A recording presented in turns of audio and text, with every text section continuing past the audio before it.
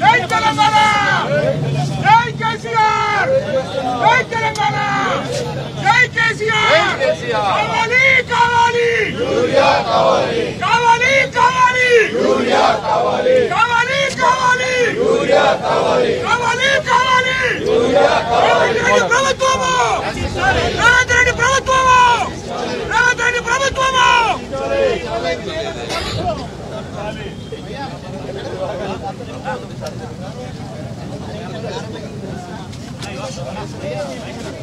జై తెలంగాణ, జై కేసీఆర్, జై తెలంగాణ, జై కేసీఆర్.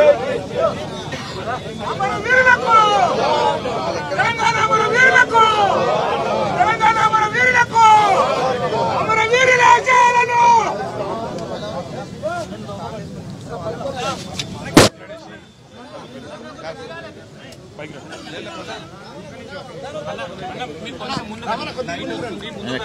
ఓకే ఓకే సార్, చాలు సార్. స్టార్టా వేరే మీరు జరుగు,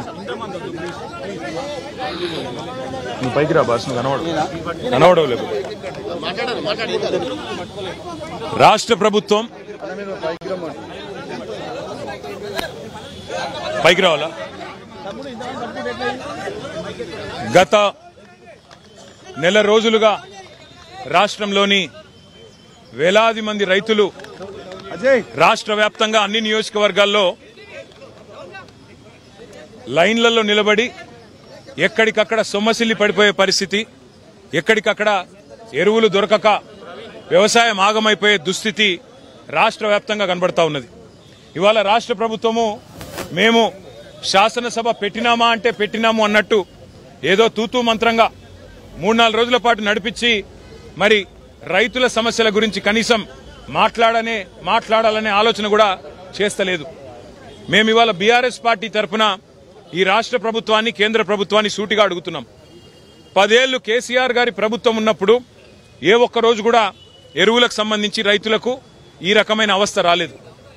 ఈ రకంగా లైన్లలో నిలబడే అరాచక పరిస్థితి రాలేదు. మరి ఎందుకు ఈరోజు కాంగ్రెస్ ప్రభుత్వం రాగానే తిరిగి ఆనాటి రోజులు మళ్లీ చెప్పులు లైన్లో పెట్టి, ఆధార్ కార్డులు లైన్లో పెట్టి, ఎరువుల కోసం లైన్లు కట్టి వర్షంలో పండుగ రోజు కూడా తడిసిపోయే పరిస్థితి ఎందుకు వచ్చింది? దీనికి కారణం ఎవరు? కాంగ్రెస్ ప్రభుత్వం చెప్పాలని చెప్పి మేము డిమాండ్ చేస్తున్నాం. తూతూ మంత్రంగా 4 రోజులు అసెంబ్లీ నడపడం కాదు, 15 రోజులు అసెంబ్లీ నడపాలే. రైతుల అన్ని సమస్యలు, వర్షం అధిక వర్షం వల్ల, వరదల వల్ల ఇవాళ పంట నష్టపోయిన రైతుల గురించి కానీ, ఎరువులు సకాలంలో మీరు ఇవ్వలేకపోవడం వల్ల బ్లాక్ మార్కెటింగ్ కాంగ్రెస్ నాయకులు ఎవరైతే చేస్తున్నారో, యూరియా మాఫియా ఎవరైతే కాంగ్రెస్ నాయకులు చేస్తున్నారో వాళ్ళ వల్ల రైతులు పడుతున్న అవస్థల గురించి కూడా బ్రహ్మాండంగా సుదీర్ఘంగా చర్చించే అవకాశం ప్రభుత్వం ఇవ్వాలి. దాంతో పాటు ఇవాళ రాష్ట్ర వ్యాప్తంగా నెలకొని ఉన్న వ్యవసాయ సంక్షోభం మీద కూడా మాట్లాడే అవకాశం ఇవ్వాలి, చర్చ ఖచ్చితంగా పెట్టాలి. అట్లాగే ఫీజు రీయింబర్స్మెంట్ కూడా కాక పిల్లలు ఆగమైతా ఉన్నారు, వారి గురించి కూడా చర్చ జరగాల్సిన అవసరం ఉంది. రాష్ట్రంలో వర్షాల వల్ల చాలా చోట్ల అకాల వ్యాధులు, సీజనల్ వ్యాధులు వచ్చి ప్రజలు అవస్థలు పడతా ఉన్నారు. దాని గురించి కూడా సుదీర్ఘంగా చర్చ జరగాల్సిన అవసరం కూడా ఉంది. కేవలం 1-2 మీకు అనుకూలంగా ఉండే అంశాలు మాట్లాడుకొని దానిలో మైకు మీద కట్టు కాదు కాబట్టి, మాకు మైక్ ఇయ్యరు కాబట్టి మమ్మల్ని ఇష్టం వచ్చినట్టుగా దూషించి పైశాచికానందం పొందుతామంటే దానికోసం కాదు అసెంబ్లీ సమావేశాలు. అసెంబ్లీ సమావేశాలు ప్రజల సమస్యలు చర్చించడానికి, ప్రజల సమస్యలను ప్రభుత్వ దృష్టికి ప్రతిపక్షం తీసుకురావడానికే పెడతారు. కాబట్టి అన్ని అంశాలు సాకల్యంగా చర్చించాలి అంటే 15 రోజుల పాటు ఖచ్చితంగా చర్చ జరగాలి. అర్థవంతమైన చర్చ జరగడానికి బీఆర్ఎస్ ఎప్పుడు కూడా ముందుంటది.